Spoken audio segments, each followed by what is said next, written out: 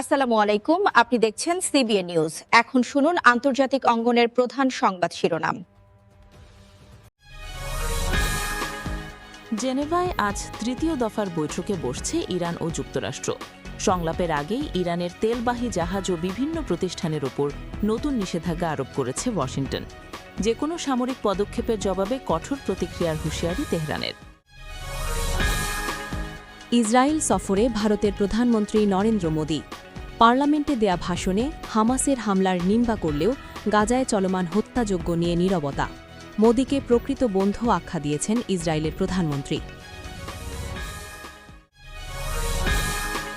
কিউবার জলসীমায় কোস্টগার্ডের গুলিতে নিহত ৪ জন, আহত ৬।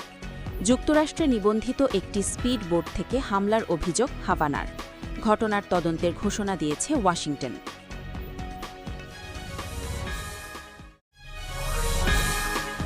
মিয়ানমারের রাখাইন রাজ্যে বিমান হামলায় শিশুসহ অন্তত ১৮ জন নিহত। প্রাণ বাঁচাতে গ্রাম ছেড়ে পালাচ্ছেন স্থানীয় বাসিন্দারা।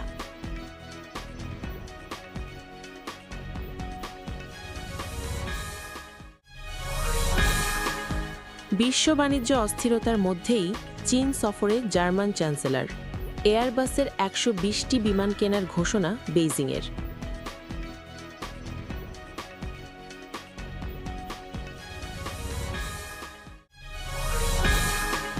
স্টেট অব দ্য ইউনিয়ন ভাষণে অভিবাসন ও নিরাপত্তা নিয়ে কঠোর বার্তা দিয়েছেন মার্কিন প্রেসিডেন্ট ডোনাল্ড ট্রাম্প। তবে তার একাধিক দাবিকে প্রশ্নবিদ্ধ করেছে মার্কিন গণমাধ্যম। এতক্ষণ শুনছিলেন সিবিএন নিউজের আন্তর্জাতিক সংবাদ শিরোনাম। এখন বিস্তারিত। মধ্যপ্রাচ্য নিয়ে আবারও বাড়ছে উদ্বেগ। জেনেভায় পরমাণু ইস্যুতে তৃতীয় দফার আলোচনায় বসছে ইরান ও যুক্তরাষ্ট্র। তবে আলোচনার আগেই পরিস্থিতি আরও উত্তপ্ত হয়ে উঠেছে। ইরানের ১২টি তেলবাহী জাহাজ এবং একাধিক আন্তর্জাতিক প্রতিষ্ঠানের ওপর নতুন নিষেধাজ্ঞা আরোপ করেছে যুক্তরাষ্ট্র। ওয়াশিংটনের দাবি, এসব প্রতিষ্ঠান তেহরানের ক্ষেপণাস্ত্র কর্মসূচিতে সহায়তা করছে। এদিকে ইসরায়েল সফরকে কেন্দ্র করে আন্তর্জাতিক অঙ্গনে নতুন বিতর্কের জন্ম দিয়েছেন ভারতের প্রধানমন্ত্রী নরেন্দ্র মোদী। পার্লামেন্টে দেয়া ভাষণে তিনি ২০২৩ সালের হামাস হামলার তীব্র নিন্দা জানালেও গাজায় হাজার হাজার বেসামরিক মানুষের প্রাণহানি নিয়ে কোনো মন্তব্য করেননি। বরং ইসরায়েলের সঙ্গে প্রতিরক্ষা ও কৌশলগত সহযোগিতা আরও জোরদারের ঘোষণা দিয়েছেন। অন্যদিকে লাতিন আমেরিকায় উত্তেজনা সৃষ্টি হয়েছে কিউবার জলসীমায় এক রক্তক্ষয়ী ঘটনাকে ঘিরে। কিউবার দাবি, যুক্তরাষ্ট্রে নিবন্ধিত একটি স্পিডবোট থেকে কোস্টগার্ডের ওপর গুলি চালানো হলে পাল্টা গুলিতে ৪ জন নিহত এবং ৬ জন আহত হন। ঘটনাটি নিয়ে তদন্তের ঘোষণা দিয়েছে যুক্তরাষ্ট্র। তবে এই ঘটনা দুই দেশের সম্পর্ককে নতুন করে উত্তেজনার দিকে ঠেলে দিতে পারে বলে আশঙ্কা করা হচ্ছে। দক্ষিণ পূর্ব এশিয়ায়ও পরিস্থিতি উদ্বেগজনক।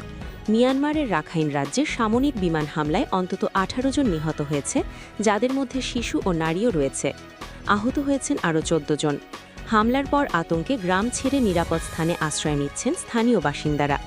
চলমান গৃহসংঘাতের কারণে দেশটির মানবিক পরিস্থিতি দিন দিন আরও ভয়াবহ হয়ে উঠছে।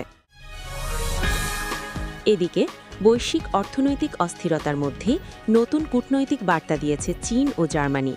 বেইজিং সফরে গিয়ে জার্মান চ্যান্সেলর ঘোষণা দিয়েছেন, চীন ইউরোপীয় নির্মাতা এয়ারবাসের ১২০টি বিমান কিনবে।